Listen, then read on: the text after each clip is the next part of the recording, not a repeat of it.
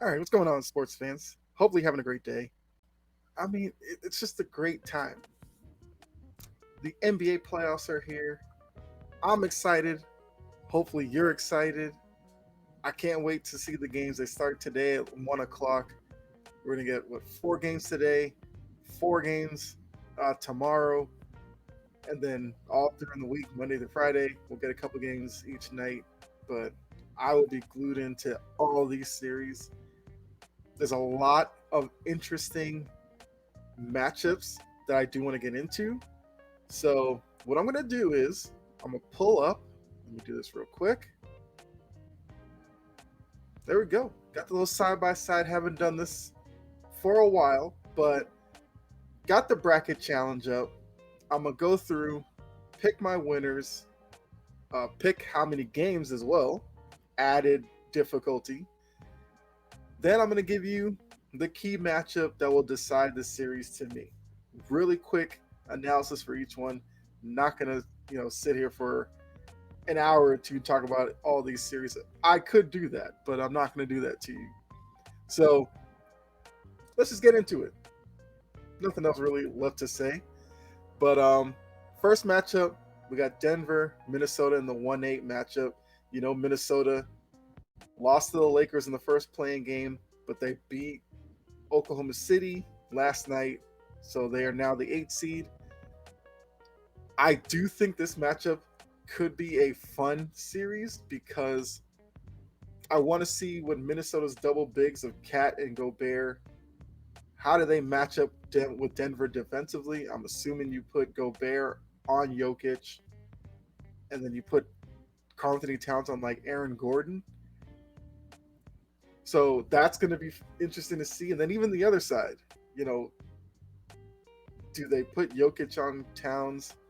Does Towns stick to the perimeter more often? I think Denver wins it. I think they win it in 6. I think Minnesota. I don't know. I because part of me wants to say 5. I don't think it's a sweep, but I mean Minnesota did look pretty good last night against Oklahoma City. Of course, that was in Minnesota. So is it possible that they take 2 games at home against Denver? It's like Denver was the first 2 in Denver. Can Minnesota win the next 2? Minnesota and then Denver win. I mean, they could. I'm not sure if that's the way it goes, but you know what? I'm gonna go with it. I'm gonna go Denver in 6. All right, next one. Phoenix and the Clippers. This is a matchup when you look at it on paper, really good. Question mark. Paul George. We don't know his availability necessarily for this series. Phoenix, we know they went out, got Durant during the trade deadline. So this is going to be our first opportunity in the playoff setting to see this group together. He, Booker, Chris Paul, you know the crew.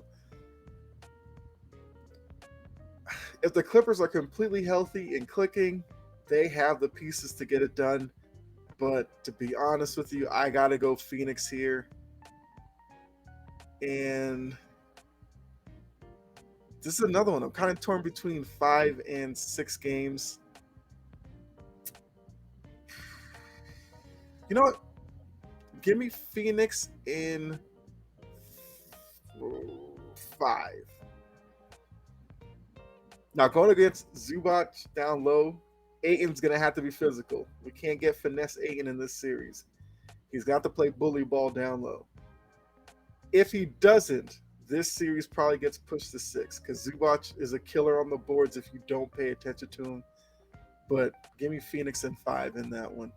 All right, this is the next series I've been wanting to talk about, especially out west. Sacramento and Golden State, I think, could be a really fun matchup. Really great to see Mike Brown, what he's done with this Kings group.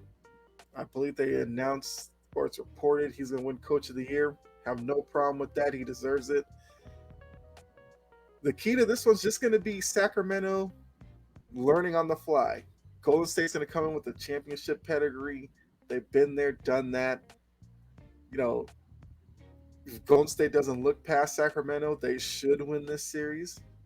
But it's just gonna be good to see De'Aaron Fox, Domantas Sabonis, and those guys on a playoff stage. They're gonna have the national audience on them, so maybe more people get to see them and recognize what's going on over there. I just can't bet against the Warriors and you know the pedigree that they have. I just can't do that. You got Curry, Klay Thompson's looks good physically. Draymond Green defensively against Sabonis would be an interesting matchup. I'm gonna go Golden State, but I'm gonna give Sacramento some respect in this because I'm gonna go Golden State in 7. I think this turns into I don't know if it's an instant classic, but it'll be a series that we'll remember, especially if Sacramento continues the road that they're on, where it looks like they might be here to stay for the next few years. I don't know if they're going to be a number 3 seed necessarily going forward, but I expect to see them as a playoff team, to be honest with you. As long as Mike Brown's there, I think they'll be fine. All right, so this next matchup is probably the matchup that most people are, looking forward to because we know a lot of Laker fans out there in the history of the Lakers, Memphis, Shannon Sharp, John Morant's dad was a T Morant. They're a little back and forth, so I'm sure that's going to get ignited some point in this series. So I think, look, the fan picks 53% Lakers, 47% Memphis. Look, I'm in the 47%. I think Memphis wins this series. Now, the interesting part of it's going to be AD. Can AD dominate Jaren Jackson Jr. in the post? AD's a bigger guy. Jackson is a good defensive player, but he has a tendency to get into foul trouble. We know this. So can AD do that? Then that puts a lot of pressure on Memphis's depth. No Brandon Clark, no Steven Adams. Behind Jackson, they'd probably have to go with like Tillman or something on AD. So that's the key for the Lakers. Memphis, we saw it in the first half with Minnesota playing the Lakers. If you move the ball, if you have some motion in your offense, you can get open shots, especially with Ja Morant's ability to get into the lane, because that's going to be another issue for the Lakers. Who do you put on Ja Morant to keep him out of the paint? Because if he gets to the paint, and even if AD's there to block him at the rim, he could kick it out to a Desmond Bane, or like Aldama or something off the bench. They have guys who can shoot it from deep, even though Memphis isn't necessarily a great 3-point shooting team. But I expect to see a lot of like he and Jackson in pick and roll put AD in that motion. If AD overcommits to Ja Morant's driving ability, Jackson could get some open 3 looks. He's not the greatest 3-point shooter, but he knocks down enough to make it respectable. And then even if the guard in that action switches out to Jackson, quickly move the ball around, reset it with Ja. Now you have AD on him at the top. Ja can take him off the dribble. So I think Memphis wins this one because of their ability to attack the Lakers in the paint and put a lot of pressure on their defense. I know a lot of people talk about the Lakers defense. I think as the shot clock, as you get deeper into the shot clock, a lot of times you'll see LeBron and AD kind of get sucked into the paint, and that's what I'm saying. Keep moving the ball. They will get an open shot. So give me Memphis. I'll take Memphis in 6. I do think there's a couple of games where AD probably has a big game and they win those 2 games. But other than that, give me Memphis in 6. All right, let's go to the Eastern Conference. Then I'll go back to the West and we'll do it that way. I was going to do like the whole West and then go back to the East, but no, let's do it this way. All right. Milwaukee, Miami. I haven't been impressed with Miami through these playing games, to be honest with you. They look like a group that's on its last legs. Lowry, yes, he's played well. Don't expect that in a 7-game series. Don't expect that. He's going to get worn down. Especially with Milwaukee, he's going to go to Drew Holiday. Yeah. I'm not expecting that from him. Now, if you're gonna give me bubble Jimmy Butler, maybe Miami has a shot at extending this out a little bit longer. But yeah, Milwaukee, it's the honest factor. So give me Milwaukee in 5. I don't think this series lasts that long. Would not be shocked if this was a sweep, but out of the Heat culture, I'll say they win maybe game 3 in Miami, and the series ends in 5 back in Milwaukee. Cleveland and the Knicks, this could be a really interesting series. Unfortunately, Randall's availability is going to play a major part. I'm sure he's going to try to gut it out in game 1.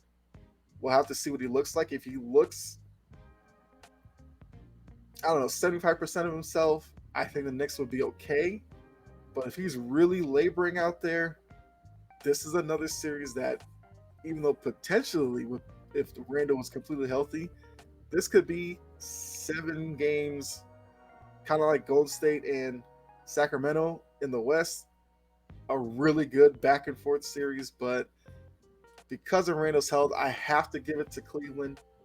Now, this is probably where the Donovan Mitchell move for Cleveland is going to pay off the most, because there's going to be those moments where you just need a basket in a playoff game, either to extend a run or maybe to stop a run from the Knicks, and Mitchell's a guy who can get that done. I think the Mobley Jared Allen duo down low could pose issues for the Knicks. So give me Cleveland.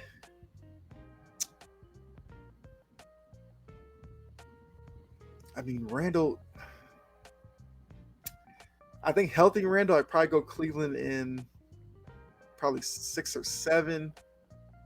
A hobbled Randall, I'm leaning more towards 5 or 6. I guess split the difference. Give me Cleveland in 6. Okay, so Philly, Brooklyn. Look, I give Brooklyn a lot of credit. They could have folded after the KD deal. The Kyrie deal, not so much, because I feel like that was a move that needed to be done. But the KD move really, it came together really quickly. They got it done. They got a lot of pieces back.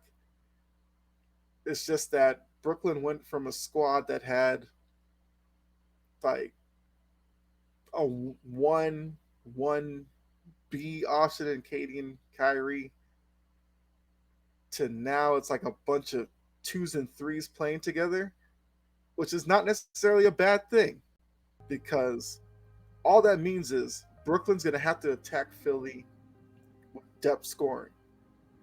Bridges has to be the leader, but you're going to have to get production from Royce O'Neal, was it Cam Johnson, guys like that. If they can evenly spread out the scoring with like 3-4 guys around the 20-point area, whether that's like a guy at 21, one at 17, a guy at 20, a guy at 18, something like that, I think they make this series harder on Philly than necessarily has to. With Philly, we know Embiid should probably have his way. I mean, Claxton is a good defender. It's just, I don't think he's big enough to really stop Embiid.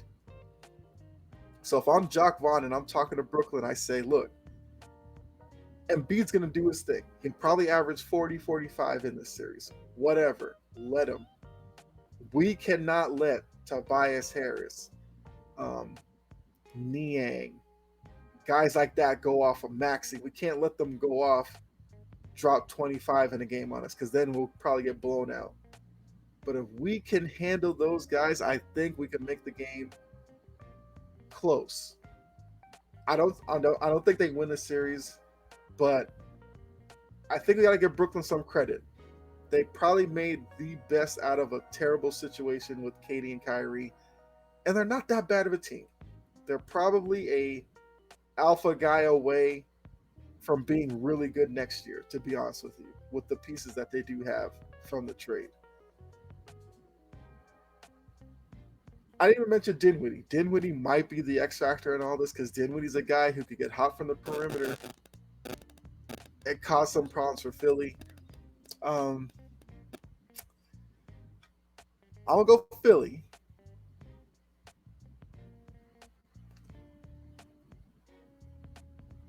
I don't see this one going 7. I also don't see a sweep necessarily. This is a series I feel like could go anywhere from sweep to 6 games. Like if Brooklyn's really clicking, I think they probably steal 2 games out of this. All right, I'll go Philly in 6. Like I said, I think Brooklyn can make it interesting. Only problem is if they overreact to Embiid's dominance down low, it probably goes 5. I think Claxton, hey, you're going to have to suck it up in this one. Embiid drops 40, 45 on your head, live with it. Just try to make it somewhat difficult on him. Don't give him clear driving lanes to the front of the rim. Push him out from the paint a little bit, force him to take tough fall away, stuff like that. But I think Philly wins it in 6. All right, Boston, Atlanta. So this one, very interesting for me. I mean, if this is your first time tuning in, I am born and raised in Boston, so I'm a Celtics fan through and through. Live in the Atlanta area now, so I do pay attention to the Hawks. And of course, as fate would have it, they're meeting up with each other in the first round this season. So I do think the Celtics win the series, yes, because the many ways that they can attack teams offensively is going to give a lot of teams problems. And then on the flip side, they have a lot of perimeter defenders that are really good. Plus, you got Rob Williams around the rim, who's an elite rim protector. So they have all the pieces to get back to the finals this year. Atlanta, we know it's been a season of a lot of variables, we'll say. They've moved on from Nate McMillan, brought in Quinn Snyder. They've been trying to figure out the whole Trae Young, DeJounte Murray dynamic, how to get the most out of both of those guys. John Collins went through another season where probably take another step back, but he might be the most important player for the Hawks in this, because I do think he'll probably get a lot of looks on the perimeter. And if he can knock it down consistently, maybe the Hawks make this series somewhat interesting. But give me Boston. I want to say Boston in 6. Yeah.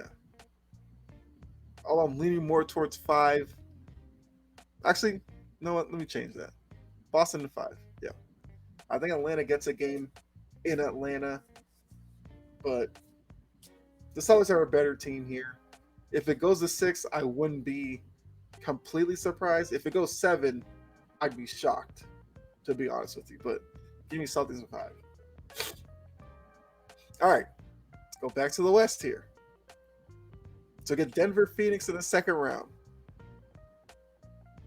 I mean, this one you're looking at, who does Denver put on KD? I'm assuming it'd be Aaron Gordon. And could Jamal Murray regain his bubble form, which would give CP3 a lot of issues at the lead guard spot? If we get that, I think Denver wins a close series here. The problem is now Denver's going to have to put so much attention on KD in terms of who guards him and all that, probably trying to bring double teams to him. There's a Booker, you got to worry about that, playing off of KD. I think that's going to be too much for Denver. Even though I really like this Nuggets team, I just don't think Phoenix is the right matchup for them. Like if they had gotten, like if the Clippers upset Phoenix, I think Denver would rather see the Clippers here. Or if the regular season worked out a different way and maybe they got, I don't know, Golden State or something here. Maybe Denver has a better shot, but I think Phoenix, out of the teams I had moving on, is probably the worst matchup for Denver. So I'm gonna go with Phoenix. I'll take Phoenix in 6 over Denver. So I got Phoenix moving on to the Western Conference Finals. Golden State, Memphis. I mean, once again, the history is there. As we're starting to find out, there's a lot of history with a lot of teams for Memphis, but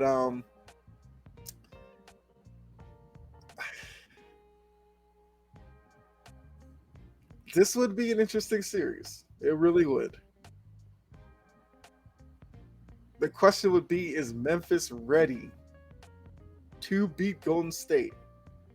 Maybe a changing of the guard. I'm going to say no. I think Golden State gets past them. I do think Golden State would have another long series on their hand because I said Golden State in 7 over the Kings. I think this would be Golden State in 7 over Memphis. And we get Phoenix Golden State in the Western Conference Finals, which is probably the matchup most people want to see, to be honest with you. KD going up against his former teammates from Golden State. But let's see who I have in the Eastern Conference Finals. So Milwaukee, Cleveland.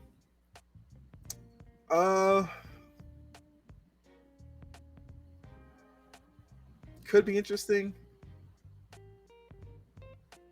You'd have to see. I guess it'd probably Mobley's job to kind of slow down Giannis in this matchup.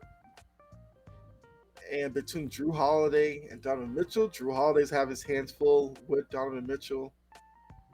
You know, Jared Allen, Brook Lopez. Like, it's two teams that are built similarly. Of course, Cleveland doesn't have a Giannis on their team. Nobody has Giannis, but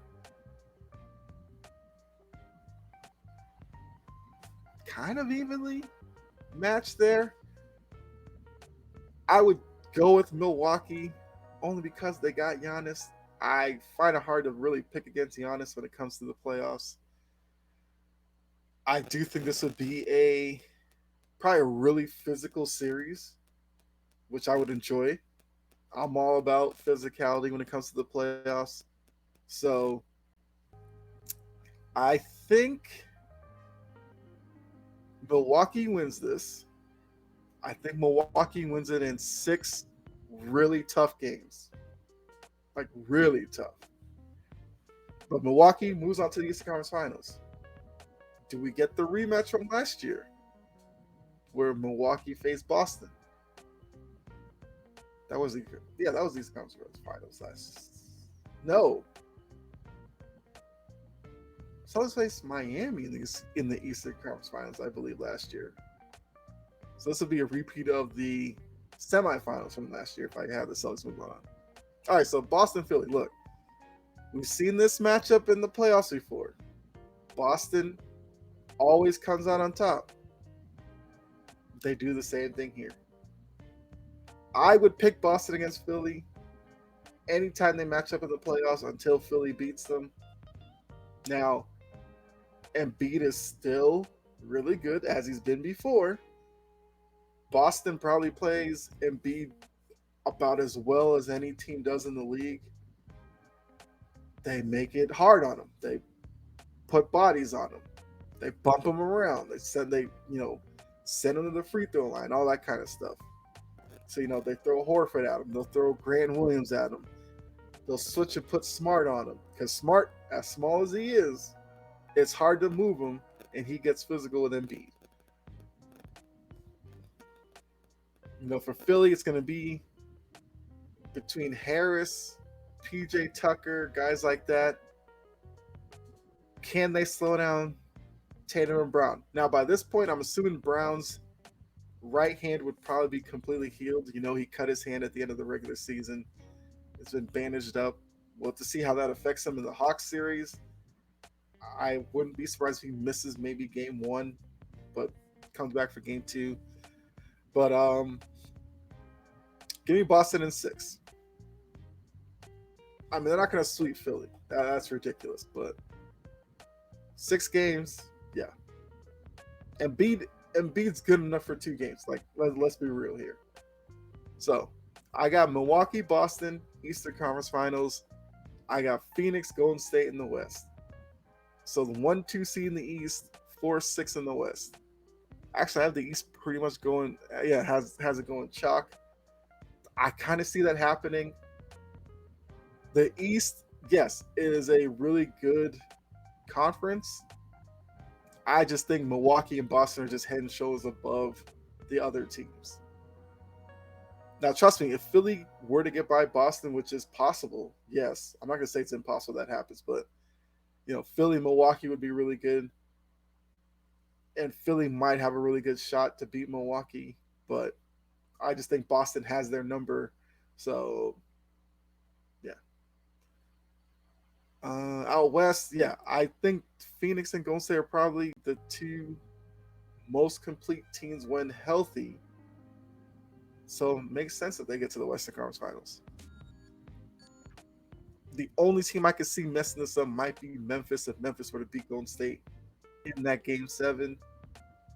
But yeah, I think Phoenix has a favorable side of the West. All right, so now Western Conference Finals, Phoenix to Golden State. Look, this has to be a 7-game series.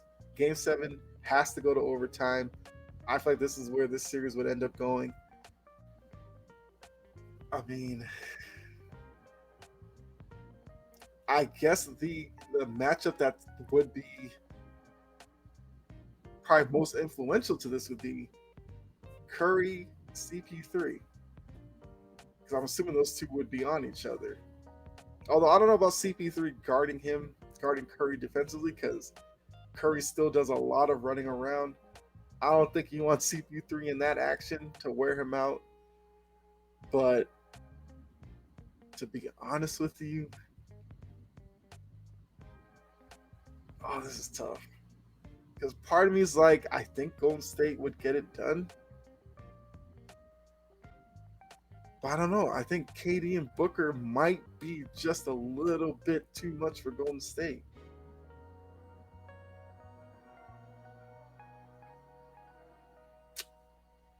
This is a tough one. I'm going to go Phoenix in 7. I'm not confident in that at all. Like, not at all. Easily could see Golden State winning this one and be like, okay. So, I got it wrong. But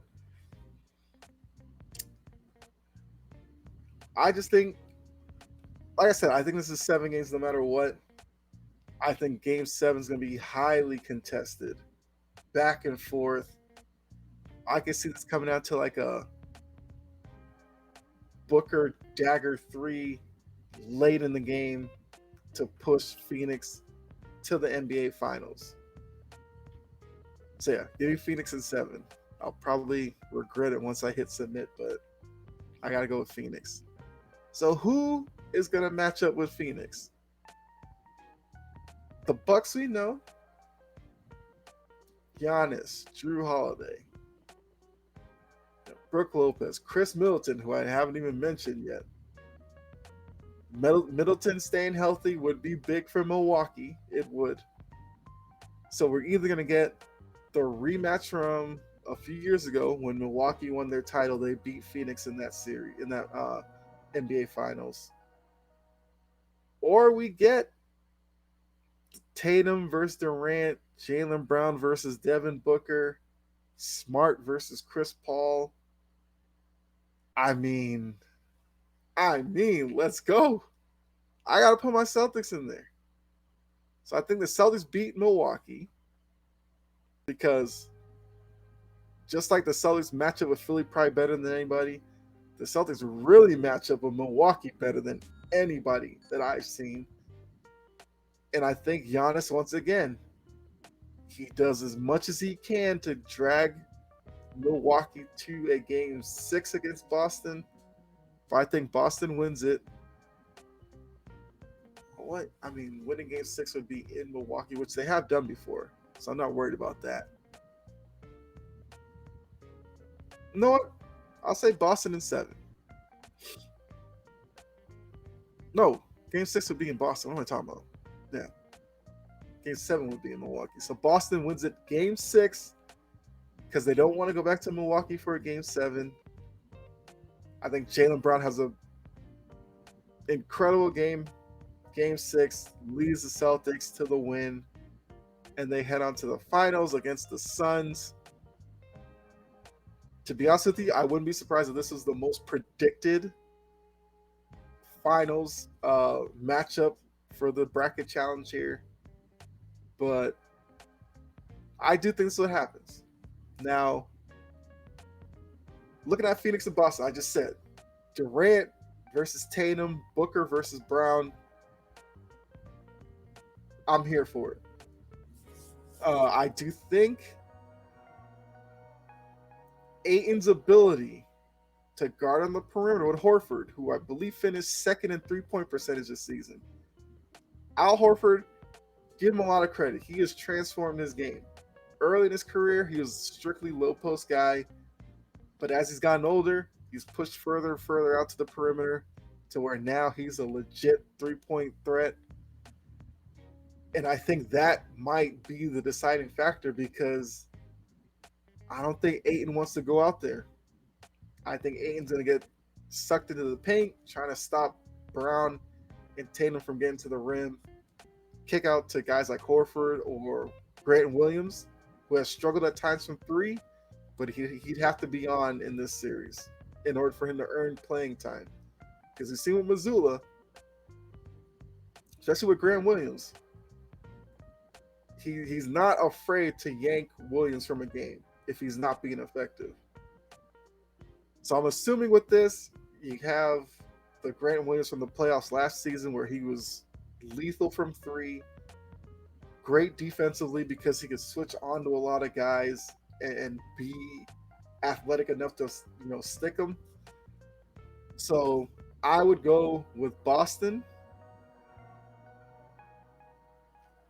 in 7 over Phoenix to win the title. Raise banner 18. Some of you might think this is a homer pick because I'm a Celtics fan, but look, I'm being realistic here. This is legitimately what I think would happen. So, what was the point margin in Game 1 of the finals? All right, for a tiebreaker. I could see Game 1 being like a 112-105, so give me a 7-point margin. Submit. They're locked in. All right. Now, we'll come back to this.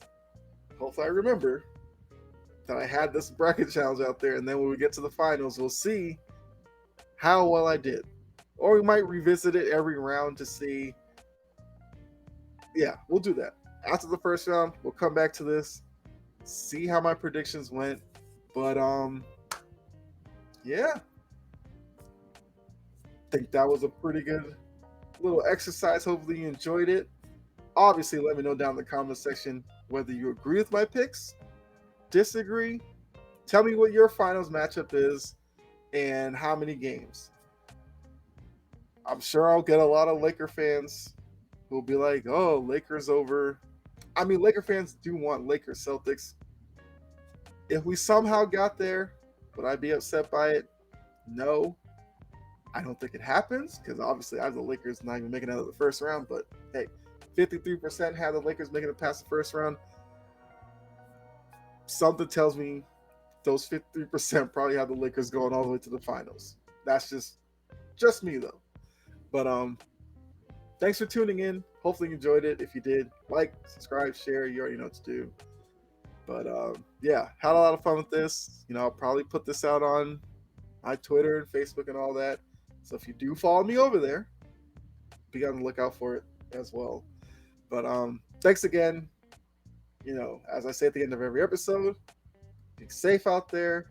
God bless. Enjoy the NBA playoff action that starts today. I'll see you in the next episode. All right. Have a good one.